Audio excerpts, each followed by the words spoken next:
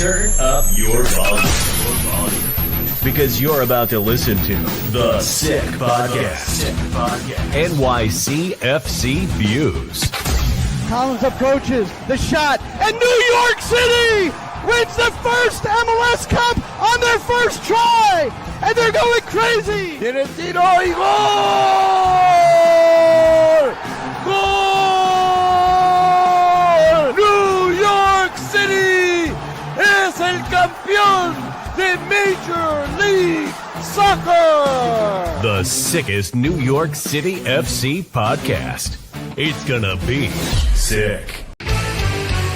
Muy buenas noches y bienvenidos a Yankee Stadium en el Bronx, donde hoy New York City FC se enfrenta al Chicago Fire. 1, 2, 3,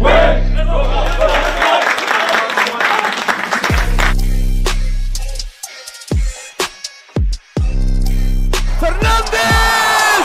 ¡Oh! ¿Qué acaba de hacer?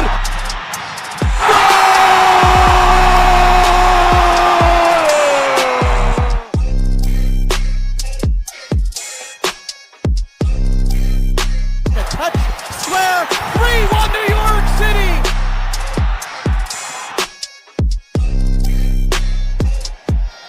And there is the final whistle.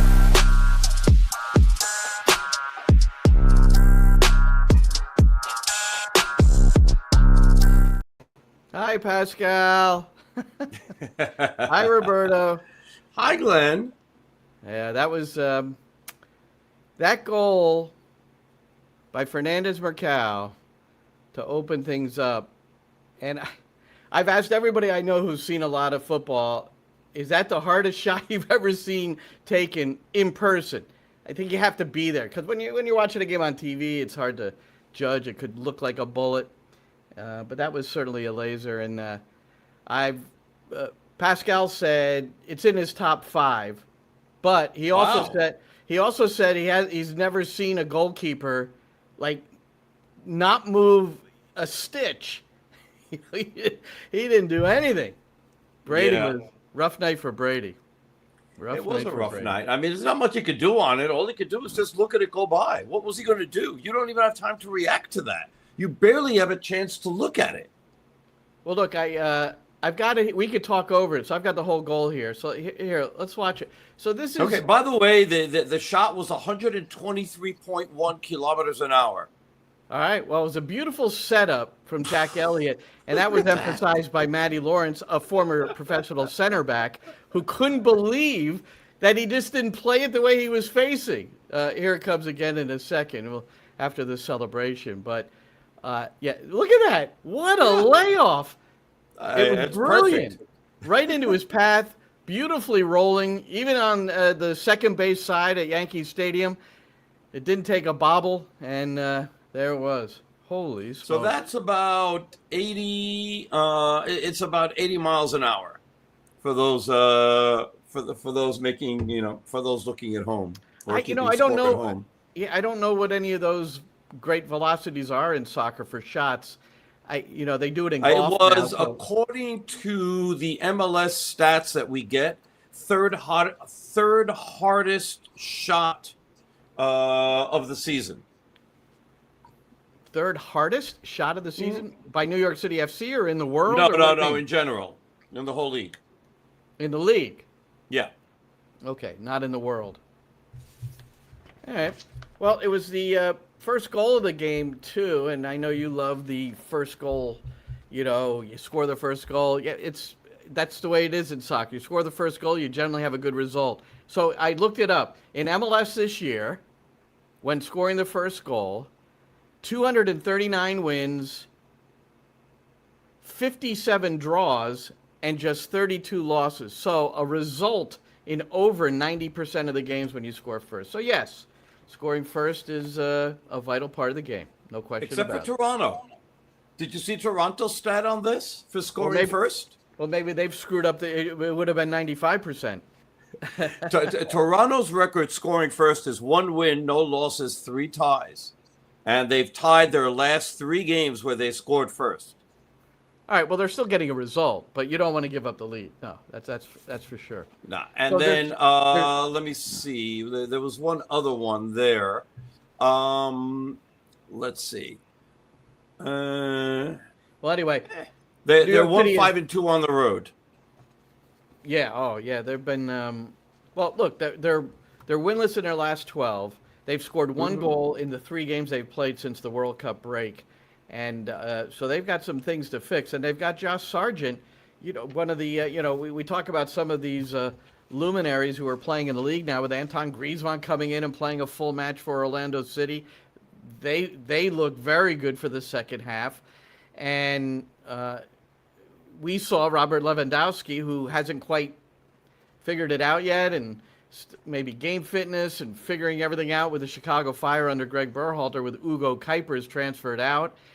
And who am I leaving out? Oh, Casemiro made his debut. So 3 luminaries were all kind of made their debuts since the World Cup break and restart in MLS. But New York City is 2-0, Roberto, and they've done it in interesting fashion. I never did get to the question of Pascal today about how Chicago. What are you looking at? Are you listening to me? I am 100% listening to you. I am just looking at Josh Sargent's stats. Like, when was the last time he actually played? Which was July 22nd, because he wasn't on the bench. No, he's for fine. DC. He's fine. He's not injured. He's been playing limit. He started in those 3 games. He started one. He came in as a reserve in one, and the most recent one he didn't play. He wasn't even on the bench. Yeah, he just wasn't even in the squad. So we would imagine he'll be in the 11 Friday night against New York City FC. He's got 3 goals and 1 assist in 10 games, 691 minutes. I've looked at this incessantly. That's the only reason I have it memorized, because I'm intrigued that this guy has come in and hasn't really been able to get it done yet. And he's had a pretty good acclimation period now. He's had a couple of knocks along the way, but still. So that's Toronto tomorrow. So he's got 3 goals, 1 assist in 10 games, 8 starts. Right. Okay. I just said that except for the 8 starts. So that is good context. That is good context. Now let me see what let's go through some of these other goals and machinations from this most recent game, the Chicago game. It was Chicago just. I know they had more possession. Columbus had 59% to 41 for New York City, but that's on the road, and a wonderful win coming out of the break. And then the 3-1. How about this, Roberto? Beating Chicago Fire 3-1 on 3 consecutive occasions. That's pretty wild. Both games last year and then this year. And despite the fact that Chicago had most of the ball, it really never. It was a comfortable win, I thought, for New York City. Wouldn't you agree? 100%. There was no point in the game. I mean, even after they tied it, there was no point in the game where I felt that New York City was in trouble. I really didn't. And I figured that they would, figure it out. It was a minor setback, and they'd go and they'd figure that out, and which they did. We see some comments. We'll get to some of these in a little bit. Well, let's get to the game-winning goal, because Agustin Ojeda has the game-winning goal in both games in this return. He's got 3 game-winning assists. So of their 8 wins, he's got 5 game-winning goal contributions. So, boy, but here's me and Maddie on the English side. Right up the gut, sort of penetrating move, but had a little bit too much on it, so New York City has it. They come out of the back with Andres Perea. Nice slip ball to find Ojeda. One-touch shot. Goal for Ojeda! Agustin Ojeda goals in back-to-back games, and New York City back on top. 2-1, Ojeda with his 5th goal of the season. And how about that? It was Andres Perea accelerating in the midfield off the dribble and then slipping a perfect ball between the defenders on the right. And how about Agustin Ojeda? Preparation touch, shot, beats Brady at the back post. The boy's got confidence, and it's absolutely showing. The first touch is perfect, as you say, out of his feet, and lets him then strike the ball with the second. He had time to think here, and he's not always been that confident in the penalty area. But that was a goal of pure confidence then. The first touch, and then the second, the finish, in off the far post. Terrific finish from Ojeda.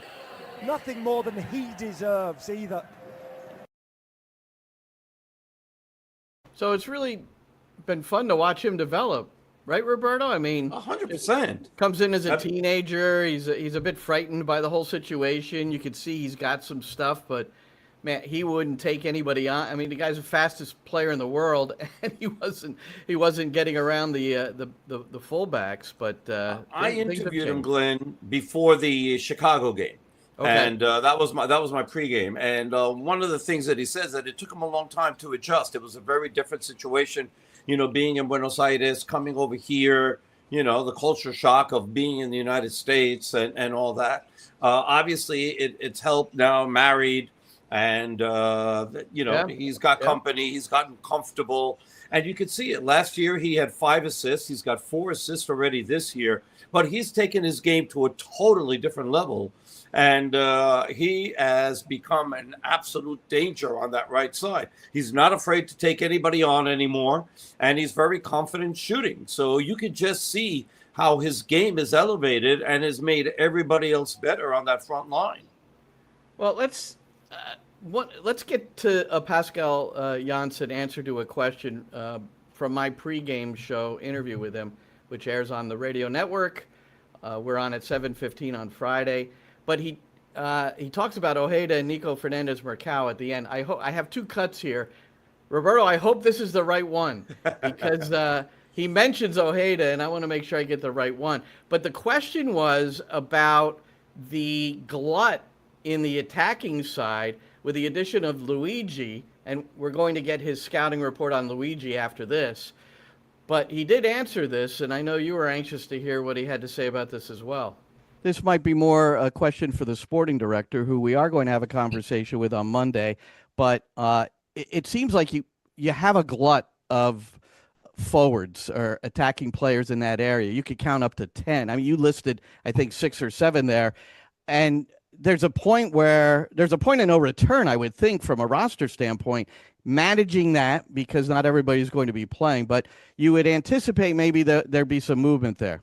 You never know. The window is still open. As I mentioned just now, Glenn, we are just focusing on creating the most competitive roster that we possibly can.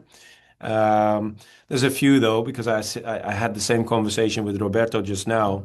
You guys add Arnau to this lineup for the attackers as well.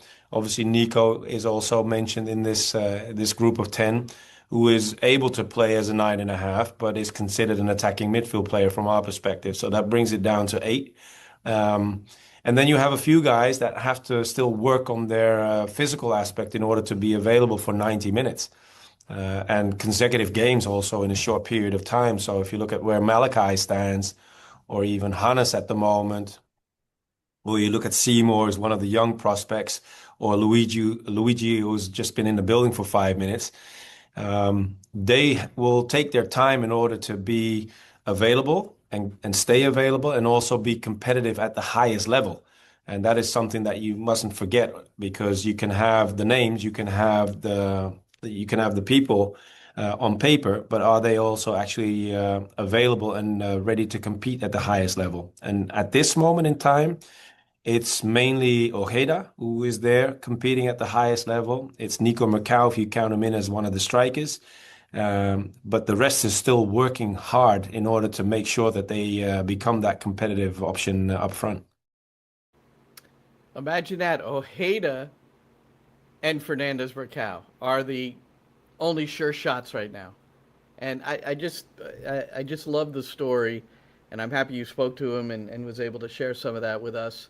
Sometimes when you get married and you settle down a little bit too, not that he was a wild man. He doesn't appear to have that gene in him, but that sort of stuff could help. You have a bad day, you have somebody to go home to and be able to talk to about it. So those kinds of things. I mean, Gio Reyna is another example there. he just seems happier in life since he got married. So that sometimes works in people's favor. And we saw what happened to Christian Pulisic when his relationship broke up. So, I mean, there's a coincidence there. And those things absolutely matter. Look, they're human beings. Every one of these guys are human beings. Sometimes we treat them like they're machines. Why aren't they performing at optimal level? Why aren't they doing all the things? Why aren't they concentrating?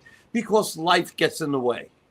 Life gets in the way. There's a lot of things that happen that, and these aren't, Terminators.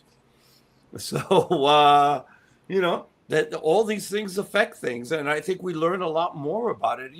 Back in the 60s and maybe even the 70s, nobody would ever, speak about that. We only looked at it from a perspective of why aren't they playing well? And we never cared about anything else. Never spoke about anything else.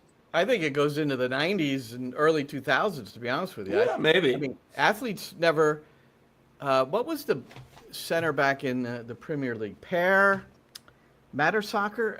Boy, I'm forgetting his name, and he was a good player. But he was the first player I remember who came out and talked about his mental issues, difficulty, depression, and just dealing with things, whether it was injuries or performance and the pressure of performing. And that was Per Mertesacker. I can't remember who he played. Did he play for Spurs?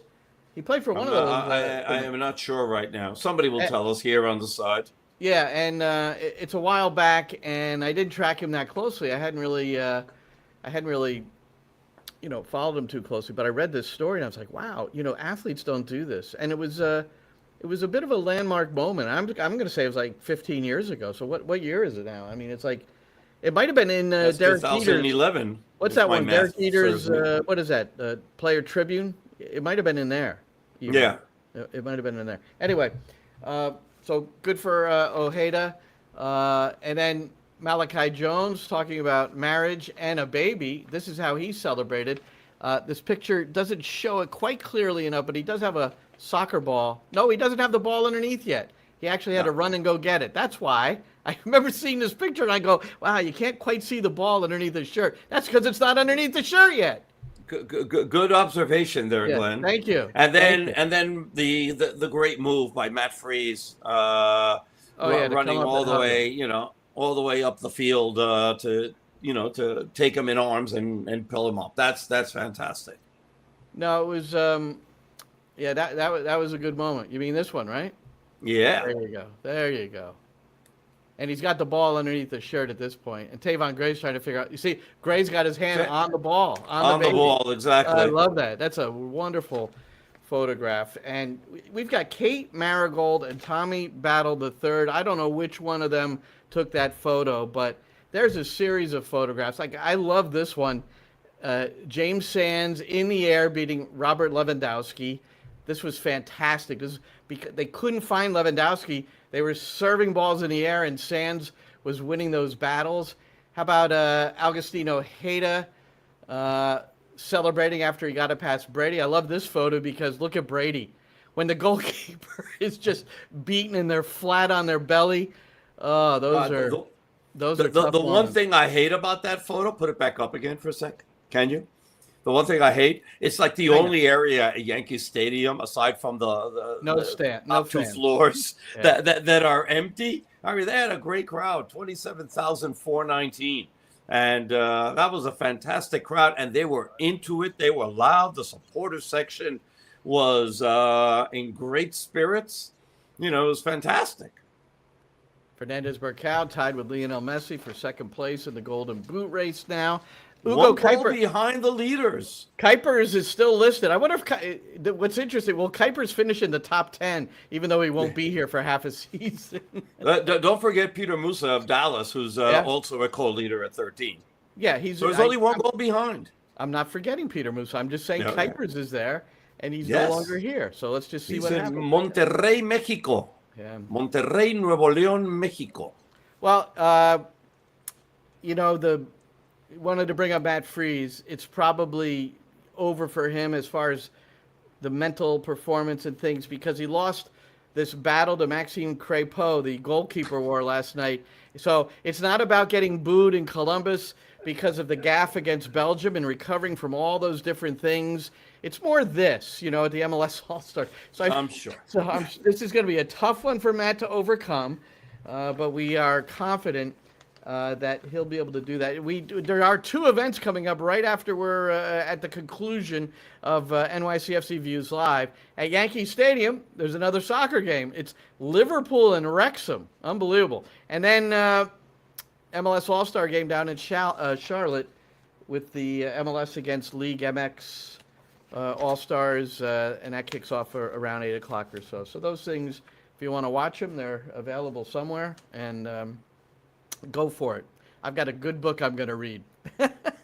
Sorry, I'll probably watch. I'll probably watch. If Matty Lawrence, I kidded with Pascal today because he's friendly with Dean Smith, who's the coach of the All-Star team, and I asked him, did you call Dean up and just say, hey, you don't need to play Matt, just keep him on the sideline, let him be. He's a great cheerleader and a great leader, and let him go. So we'll see if especially on turf. We'll see if Freeze plays or not. Yeah, you think they would have left the grass on there through the All-Star? I'll tell you, sometimes I don't understand, but I don't understand common sense. Maybe a few dollars more, whatever the hell it is. Leave the grass on there until this All-Star game's over. It just happened. Here's what we don't know, okay? Unless you do know, and I don't know. I don't know anything. Okay, no, what I'm saying is that there might have been either a concert or something else scheduled between the All-Star game and the end of the World Cup or whatever that was. That's a long time. I mean, Charlotte was... Well, I don't know. Yeah, actually, Charlotte wasn't even... Wait, Charlotte wasn't even part of the World Cup, so that doesn't... The last time they had grass... Sorry. The last time Charlotte had grass was for the U.S. national team. What are you saying here? Sorry, all right. X me out. I'm sorry. They should have left the grass through the All-Star game for that anyway. Shame on them for not leaving the grass. But, they have other events there, and, that's what happens. Well, in Seattle, they were going to pull the grass, and then I don't know what happened, and they left it down, and then Seattle got smoked by Portland 5-1 or 5-2, and then I guess they couldn't wait to tear it up. All right. I'm disappointed in you, Roberto. Mertesacker did play for... Oh, no, he played for Arsenal, the enemy of Spurs. That's what it is. Yeah, so don't I'm still disappointed in you. Well, that's beside the point. There's a long line, Glenn. Queue up. All right. So let's get to, before we leave NYCFC and go on to other matters like the MLS owners meetings. I guess there's some tricky things going on there. I've got a Toronto little story here. We should say Christian McFarlane also, New York City homegrown, has signed with Leicester City. So he's going to play in the championship this year because they were It's relegated. a loan. Let's be clear that it is a loan, so he still belongs to Manchester City. Okay. The headline said he was signed, and there was no article to open up. So you sure about that? Yes. Okay. The other thing and Leicester, Leicester is in third division, right? So they're trying to get back up to second, and part of the reason they were in third division because they had points deducted, and it is just an absolute mess. And we got to get to Pochettino, too. So first, let's Luigi, 20 years old, a Brazilian. I have stood near him, and he is a big fella. But anyway, yes, he is. I want to let's see what Pascal Janssen has to say about it. So I really wanted a sort of a scout here from Pascal today. So here's what he said. The first thing I notice is he's a big dude, and he looks facially much older than 20 years old. Now, we know he's still only 20, and you have to treat him like a 20-year-old, but tell us a little bit about that. Well, you have to treat him like he's an adult player. He's 20 years of age, but he gives us a different profile in the middle of the park playing as a central striker. Obviously, we have several profiles. We're still working hard on the return of Alonso, but that will take a while. We brought in Benny Traore, who's the hybrid attacker, can play in left and can play in the middle. We still have Thales also, who's fortunately healthy again and can help the team.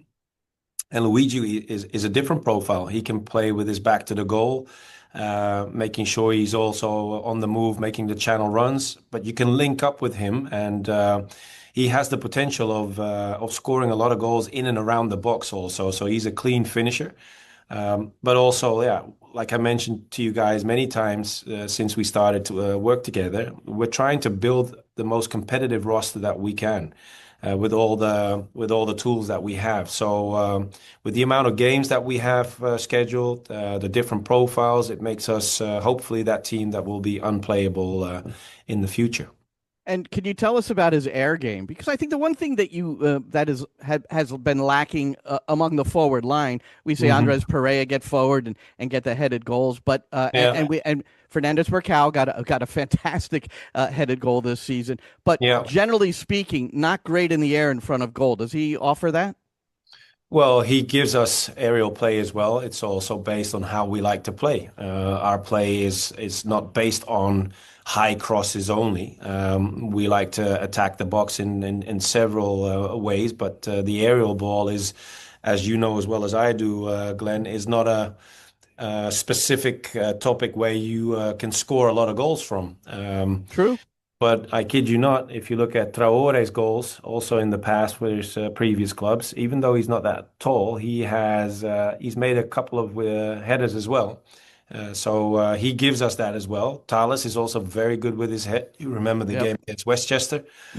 So we have guys that can do that, but it's also based on what we think is necessary in the attacking phases of the game.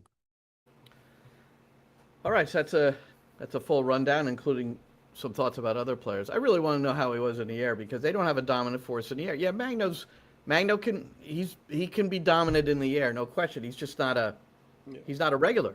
No, and Keaton Parks is very good in the air. Perea has been very good in the air.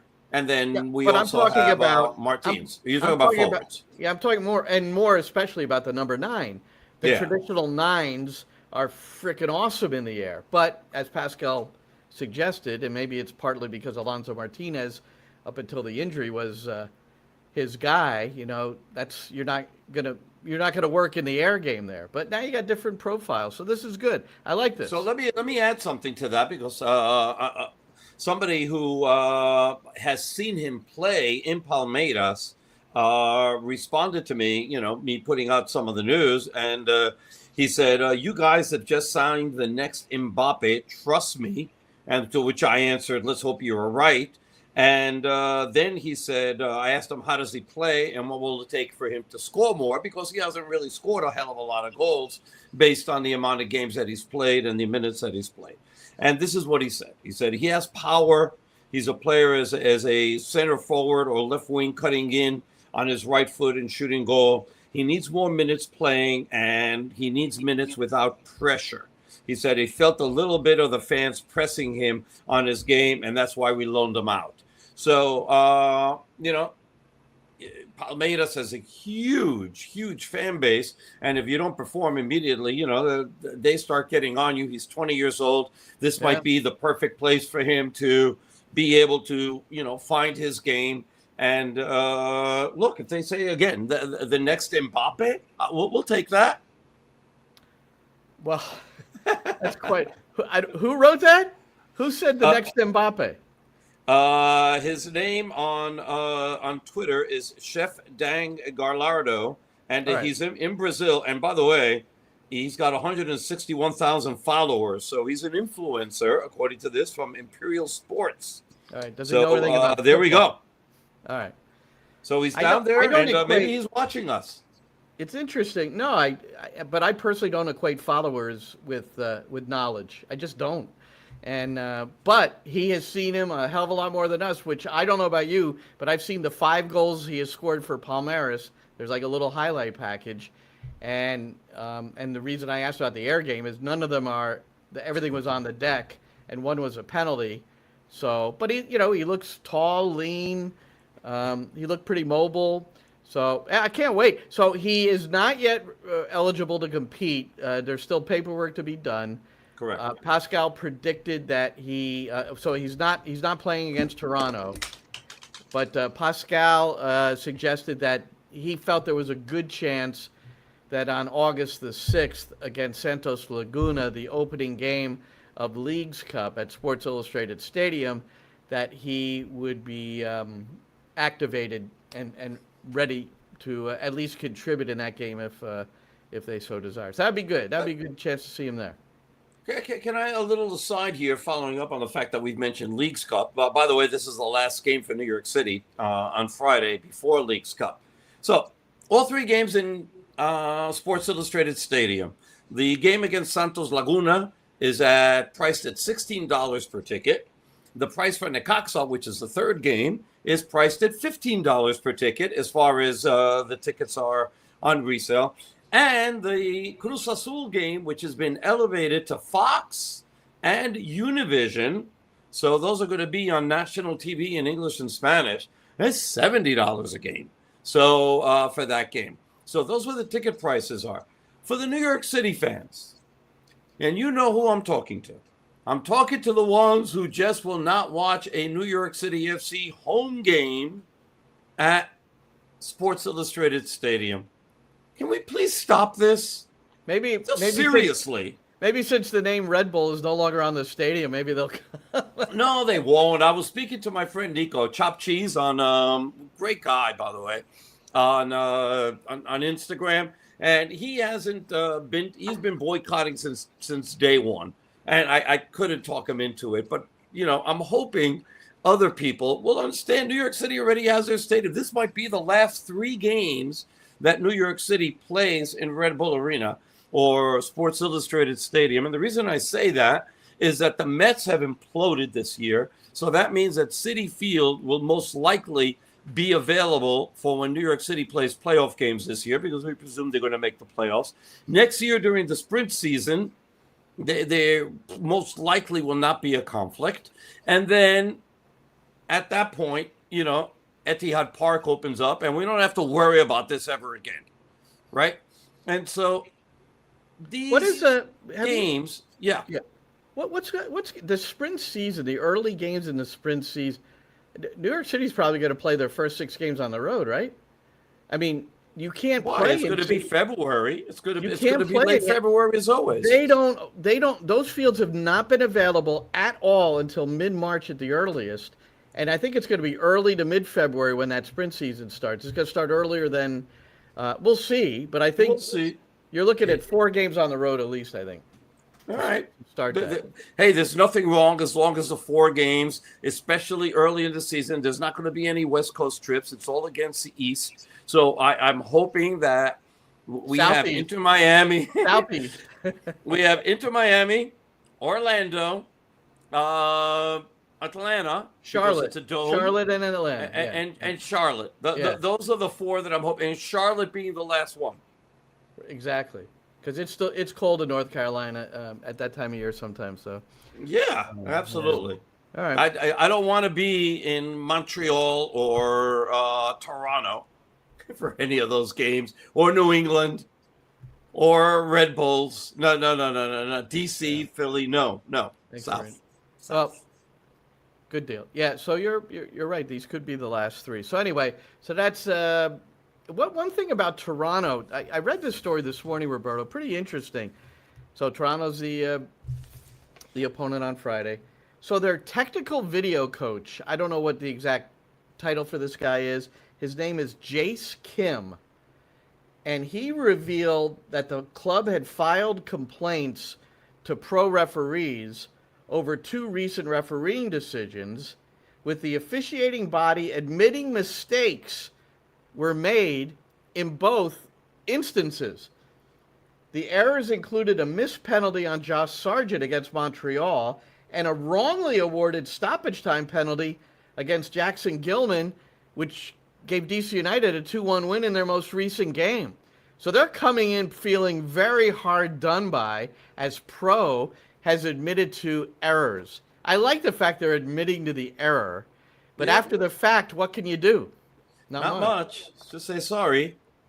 Yeah. And then our referee, by the way, for this game is Rami Tushan, who has only had 4 games this season, and this will be his 110th in his career. I will give you this information. New York City FC has seen him 8 times already And they only have 1 win, 4 ties, and 3 losses. Toronto has seen them 11 times, and it's even worse. 1 win, 3 ties, and 7 losses. So neither of these teams love seeing them. He's a good referee, so I like seeing him. He's a good referee. Well, that's good. Yeah, he's a good one. So that's coming up. So that's Friday night. What's today? Wednesday. MLS All-Star Game at 8. Liverpool Wrexham at 8 at Yankee Stadium. Here, I found this really interesting. Metrics. People going crazy with metrics, right? So the American Soccer Analysis. I don't know if you read their stuff ever. I mean, they're the deep dive. That's where John Muller was, and John Muller, who worked for the outfield for a little bit, now he's on his own doing stuff. There's a new metric called clean sheets earned. And what it does, it isolates a goalkeeper's contribution to the shutout in comparison to the work of the defending group in front of him, or her, well, him in this case. So they call it post-shot expected goals and goals added data. I can't believe this is happening. So, but just for an example, we talked about Charlotte. Christian Kalina, great goalkeeper for Charlotte. He had 13 clean sheets last year, but he personally earned 63% of the of the shutouts. He only earned 63. Takaoka had 13 clean sheets for Vancouver. He only earned 30% of them. I don't know. I don't know if we need this. I don't know. If it's getting a little bit too deep. We're trying to turn this into baseball. It's a little bit too. It's a little bit too much. Maybe somebody can get something positive out of that information that serves them somehow. The thing that drives me craziest is winning percent. Is the what is it? Probability. Winning probability. That. I don't know. I know what you're saying. Oh my God! What a waste of they have a time. 97 chance. I hope Apple doesn't pay money for that. I mean, can you imagine the Knicks series? How that went? Yeah, really. All right, Roberto, Mauricio Pochettino. Now, there have been 2 definitive reports. Andres Cantor was the first one to put it out there. And then David Ornstein, 2 very reliable, good guys who, when they put stuff out there, it's accurate. Mm-hmm. And apparently, Pochettino, the wording of David Ornstein's piece, on course to agree to a new contract and extend through 2030 World Cup with the U.S., barring unexpected change of heart. So it's not 100% guarantee, but that's where we're at. So I'm personally, I've already said my piece. I'm happy with it as long as he helps with the underbelly of the national program, i.e. the youth national teams, and constructing some things there, and maybe even in the academies, MLS Next academies, something where he's providing some structure to how we're doing this, right? Do what they do in Spain. Everybody plays the same. Every single youth team, national youth team, plays the same way. So by the time they get to the national team, if they get there, there's nothing new there. And I think they should all play the same way, if it's possible. Well, I'm looking forward to what everybody's response is. Did I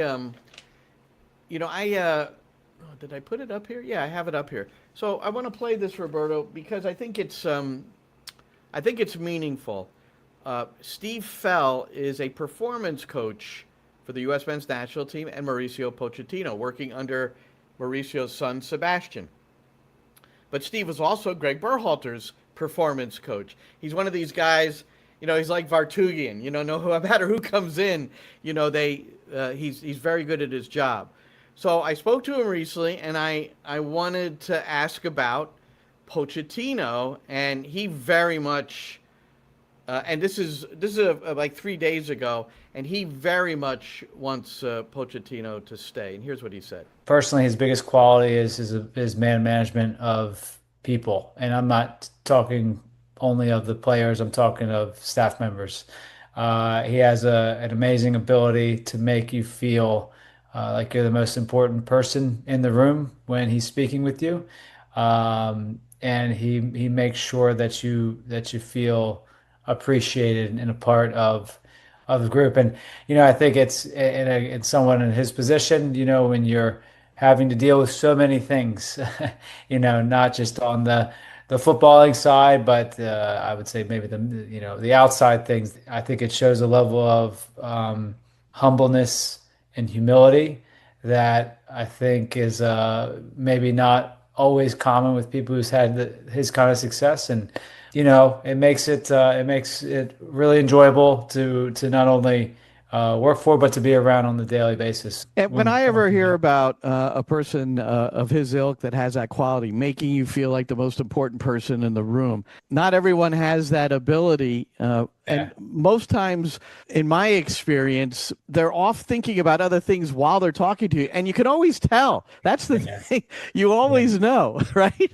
Yeah, I think and you've actually brought up a really good point. It's not I think when it's genuine and authentic, you can't fake it, right? And all the time, and that's exactly it. Very locked in when you're one-on-one. Certainly is one that when you're working for a manager like that you want to do the best you can, not only for yourself and the players and to help the players, but also to support him as best you can. See, I think it's and we've been around coaches who have been very good at making the support staff, the people in the cafeteria, wherever, feel good about being part of the program. I just think that's such a huge aspect of this. And we know the guy can coach. His pedigree's unbelievable. What happened in that, I'm going to get to a quote from J.T. Batson, the CEO of U.S. Soccer here in a moment about Flo Balogun and the red card. But I think his hands were tied in that Belgium match, and it's unfortunate. Yeah. He looked out there and he had no idea what to do. And who would? He was between a rock and a hard place in that game. If he plays him, which seems to be the right call, you're putting out your best 11. And then if you don't play him because you want to possibly do the right thing, if that's the way you want to look at it, then, it opens up a whole different can of worms. If you wind up losing the game and you didn't play him or you didn't start him, it's like, well, you had him available. Why didn't you use it? It's, it's not fair not to have it. It's sad that, our government put him in that position because he should have stayed suspended, and that's what should have happened. So what did J.T. Batson say? Because I'm very interested in this. Well, here's the quote, and this is basically the question whether and this is from Sports Business Journal. The question was whether the Federation handled the deferral of Flo Balogun's red card suspension appropriately. So here's the whole quote. I condensed it a little bit, so bear with me. I'll try to be very clear. Quote, J.T. Batson, I've been part of a number of high-profile tournaments since I've been here. In every instance where we've had a red card in those games, we have followed the appeals process, and we did so in this instance. Our legal team scoured the FIFA codes, so that would be that vague article, identified the best path, and argued through the disciplinary process that a suspension was not warranted, which ultimately is how it played out. The broader point is that the reaction proved how much people cared, and that is ultimately what is required for us to win. So I hear everything he's saying, but address the point. What is that? To me, that's avoiding the point. Yeah, you did all that. And yeah, you scoured the FIFA codes to find it. And yeah, you got it overturned or rescinded or suspended. Suspended is the proper word. And yeah, Balogun was back in happy at first and then like, wow, what just happened?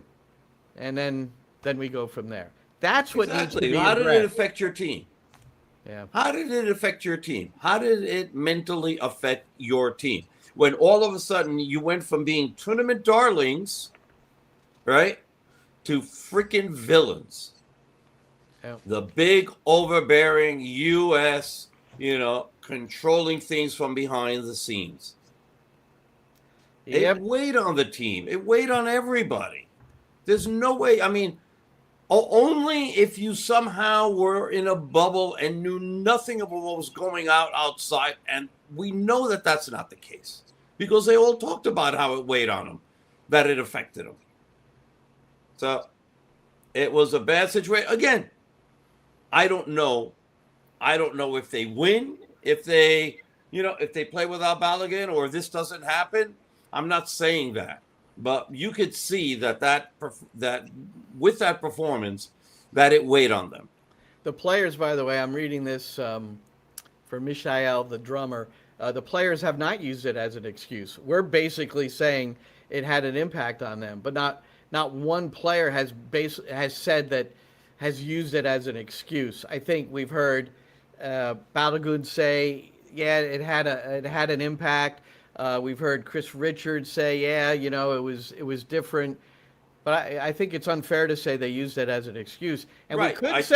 we could say that Pochettino was a bit outmaneuvered by Rudy Garcia, who came out in a different shape with different personnel, and it didn't appear. So I think the combination of things really weighed on the U.S. in that game. I think you can make a statement saying that something affected you, but that doesn't necessarily mean that it's an excuse. It's not an excuse. It's what's happening. Yeah, and he's not saying this is a reason we lost. He's saying this definitely affected us. Yeah. So, well, let's get into some of this since we're talking about the World Cup. I mean, the last 2 days on social media have been rather extraordinary as it pertains to. Or was it just this morning? It seems like 2 days worth of social media posts. Since yesterday. It was yesterday, right? When When Gianni Infantino announced that private equity, the World Cup is for sale, in essence. And that's what the organization, starting with UEFA, then the European leagues, and now CONCACAF and AFC, they have all, it seems like, bound together. And the thing that seems to be the most troubling to them, that the World Cup is being sold, and Joshua Kushner, Jared Kushner's brother, is heavily involved. So we go back to Trump again? Really?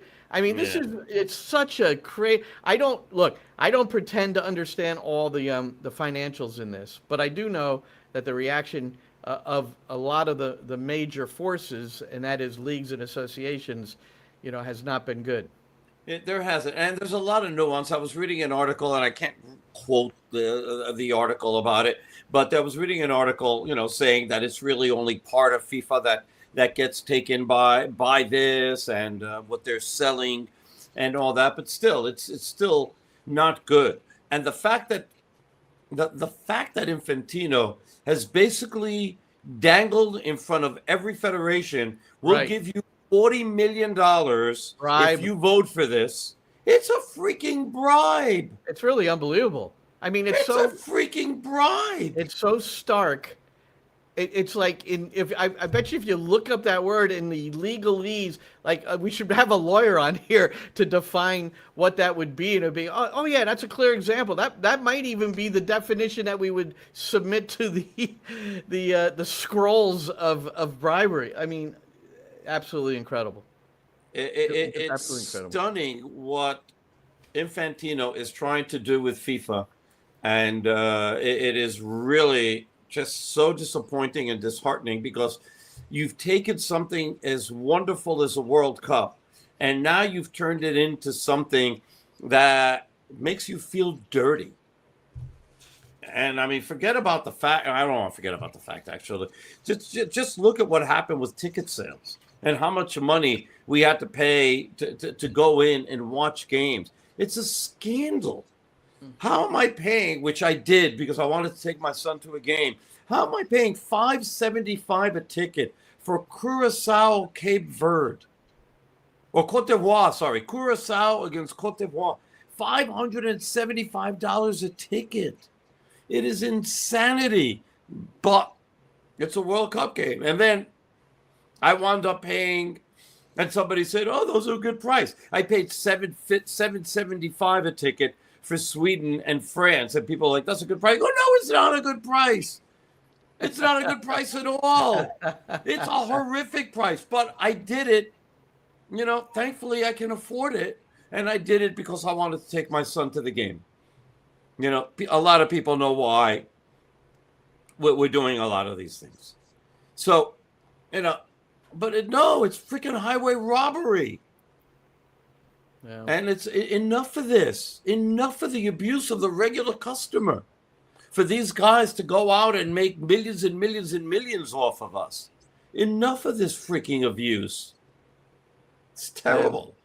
Yeah. Enjoyed the games.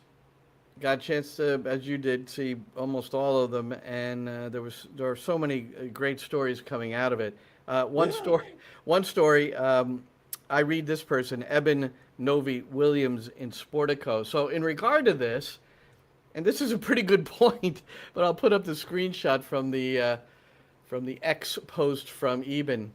Fascinated that there are national governing bodies yelling the World Cup is not for sale and threatening a 2030 boycott. Yes, we have heard that from UEFA. But they also did nothing when the World Cup was, all caps, actually for sale. And Evan reprints a headline from an article. U.S. says FIFA officials were bribed. There's the word again. FIFA officials were bribed to award World Cups to Russia and Qatar. Yeah, the U.S. got involved. The Department of Justice in the United States of America that doesn't have much skin in the game. Remember, they were over in Switzerland figuring it all out. Arresting people in the hotel in Switzerland. I laugh because it's comical. Right, but this wasn't FIFA offering the bribe, mind you. In an envelope under hotel doors. Yes, but remember, this time it's FIFA openly offering a bribe versus, secret bribes offered by, the Qataris and the Russians. True. So we'll give him credit for being transparent with his bribe. And Harry just added in. What do you got, Harry? And Saudi definitely paid brown bags of cash for the 2000. Well, I don't think it was brown bags. It was probably gold sacks because they have those lying around everywhere. Yeah. So remember that 2034 was decided before 30. 2030. Yeah, they got it pushed along. So here's what's happened, Glenn. Okay. Yeah. So by giving 2030 to Spain, Portugal, and Morocco, along with Argentina, Paraguay, and Uruguay. Yeah. So what you've done is now you've gotten rid of the requirements to give a World Cup to South America, to CONMEBOL, give a World Cup to UEFA, and give a World Cup to Africa. And guess what happens? In 34, they have the Asian Confederation. Guess who gets 2038? I don't know. USA. Oh yeah, that's right. That's all been That's all been 2038. Trump wants it. He's not going to be the president, but well, if things go his way, he will be. and they'll be like close to 100 years. What is it? 90 something years old. Yes. And 64 teams, so we'll call it July Madness. It'll be 128 by then. Yeah, it's disappointing, but money's taken over the sport, not just this year at the World Cup or in Russia or in Qatar, but across soccer, Premier League. The big leagues, the top 5 they always talk about, the money being thrown around there. It's really changed the game. I mean, it has, but at least it hasn't changed the competitive spirit of what's going on in the EPL as far as, the way that they distribute the monies. I mean, it's pretty equitable all the way. It's pretty equitable all the way through. Yes, there's some advantages to teams that finish first versus teams that finish last. Some machinations, but it's not like Spain, mind you, where every year it's Real Madrid and Barcelona getting, the lion's share of the money, maybe Atletico Madrid and a fourth team, getting a little bit less, and then everybody else getting, nothing. Yeah. So, at least in England, it's a little bit more competitive that way, which is why, well, for the most part, you have, different teams winning. I'm going to guess that you like this new Brazilian rule. I don't know if you read about this. The Superior Court of Sports Justice. They and it's groundbreaking, and it's the kind of thing that's been discussed in the past. Like if you injure a guy with a vicious tackle, with like a red card tackle, and they're out for a month, I've heard this before. You should be out for a month too. Well, guess what? In Brazil, that's going to be, and it's going to happen immediately. Inter defender Victor Gabriel is receiving the sanction after, and it's an MLS guy who moved on, Gabriel Peck. He broke his tibia, and so he broke Peck's tibia. Yes, so he will be sidelined as long as Peck is up to 180 days. And I guess I do agree with that. That if a guy's out for 18 months, I don't know if you should suspend the perpetrator for 18 months. But I like this. Because, and if you go online and look at I don't have a clip of it, but go online, Roberto, and you'll go like, oh my God. I don't want to go online. I can't see those things. Well, it's not I get sick. It's not compound. It's just, but it's on it, but it's not compound, so it's not too bad. I mean, it's not too bad to look at. Yeah, I know what you mean. Horrific. Oh, I feel just terrible what do you think for of the him rule? because he was having. Yeah, I like it. I mean, it might stop. It might make somebody think twice before going in with a vicious tackle. Yeah. I hope so. I mean, speaking of guys getting injured for New York City today, Arnau Farnos got injured in practice, and he was taken away via ambulance. So it doesn't look good for him. It was a lower leg injury, and so we know we don't know if it's broken or not, but it did not look good at all. Yeah. All right. Well, we wish him the best. We really do. Oh, terrible. Yep. So his team will play Toronto on Friday night. One thing before we close, I was looking at comparative results, New York City and Toronto, and looking back early in the season. Toronto was 3-2-1 after their first 6 games, Roberto, and they were in 6th place in the East. Even 4 games later, they lost to Atlanta 2-1, but they were still in 6th place in the East. On that same date, New York City lost at Montreal, dreadful, and New York City was in 7th place.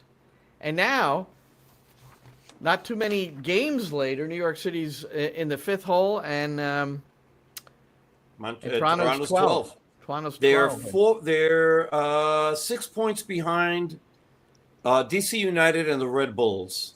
So they're not far out of a playoff spot right now. But, the thing with Toronto is really interesting. First of all, they've had 13 players out so far this season. I mean, including some major players for them.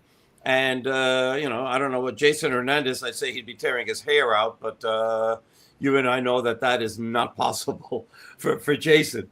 So they've had a lot of really, you mentioned it before, they've been hard, they've been hard done by refereeing decisions. They've been hard done trying to close out games. This is not a walkover situation for New York City based on the fact that they've not won in 12. They've had 7 ties this season. It's 3 wins, 7 ties, 7 losses so far this year. But they've been hard done. They've played a lot of very, very close games where they should have gotten better results. But, one thing or another happened. And so, it's going to be a tough game on Friday. It's going to be a tough game. And hopefully New York City fans go out and show up at Yankee Stadium. We have another big crowd like we did, 27,419 for the game that, New York City beat Chicago. So we hope we get something, great like that, and we have a fun time at Yankee Stadium. Oh, by the way, I wanted to let you know, we, for the Spanish radio, for the first time, I got a chance to interview Johnny Shore. Nice. So I got him in Spanish, and he did. He was, he was a little bit nervous. And he was like, maybe like I shouldn't do this and stuff. Talked to him before. We got it all together. He was fine. He did a great job. It was a really nice interview. For those of you who don't know, Johnny Shore, his dad is American. His mom is Mexican. He grew up here in New York, but he went to Mexico City a lot. He was in Polanco, which is a neighborhood that I grew up in for several years in Mexico City. It's just a really, really nice story. And I'm really happy to see that not only he's starting again, he's playing really well. And he's got a great attitude. He's a great kid. Yep, no, he's a big part of those 2 wins. Well, I guess one final note. Toronto, you mentioned the injuries, but they do have a new player, and he's ready to go, apparently. And this guy's an engine in the midfield. I don't know a whole lot about him, but I went and looked at some of his Heidenheim 1846 clips. This guy, Niklas Dorsch, the German midfielder, and cost him $4 million to get him, so he must have something. But he's going to be a midfield engine, which is always vital to the equation. The Aiden O'Neills of the world, the Andres Pereas of the world. So here's what I have on him. He's 28 years old. He signed a contract that lasts through 31, so through the 31 season. He had 243 senior appearances in Germany, 12 goals, 15 assists. And the teams that he played for were Bayern Munich, Heidenheim, KAA Gent, and FC Augsburg. That's what I've got. All right. So he's got some pedigree. So anyway, that's going to do it for us, Roberto. And Yes. we'll both be on at 7:15 on the English side here, on the Spanish side over there, the New York City FC Radio Network, as New York City plays host to Toronto. The English side does have the Apple app, TV app with hometown commentary, if you so desire. It's automatically synced up for you, and Maddie Lawrence and I will have our pregame live beginning at 6:30. What's happening with Sirius? Are we we're the only game in town tomorrow, Friday night rather. We're the only game in town. Are we on Sirius? Or is it just you? I haven't gotten the perfunctory email from Pete Corey yet, so I'm not sure, and I haven't checked. So, all right. Well, if he writes, ask him if if he's going to pull in Spanish. We don't have much competition on. There's nobody else playing. All right. I love that because the last 2 match days, it's like everybody's playing. So now we're all alone tonight. So that's going to be all good. us, baby. Tune in. All right. For those of you watching Liverpool Wrexham, enjoy. For those of you watching the MLS All-Star Game, enjoy. For those of you who are just going to turn everything off to relax the mind, enjoy. So for Roberto, I'm Glenn. Have a great night, everybody. And that's a wrap. Hope you don't miss us too much until next time. Follow the Sick Podcast NYCFC Views on YouTube, Instagram, Facebook, Google Play, and Apple Podcasts.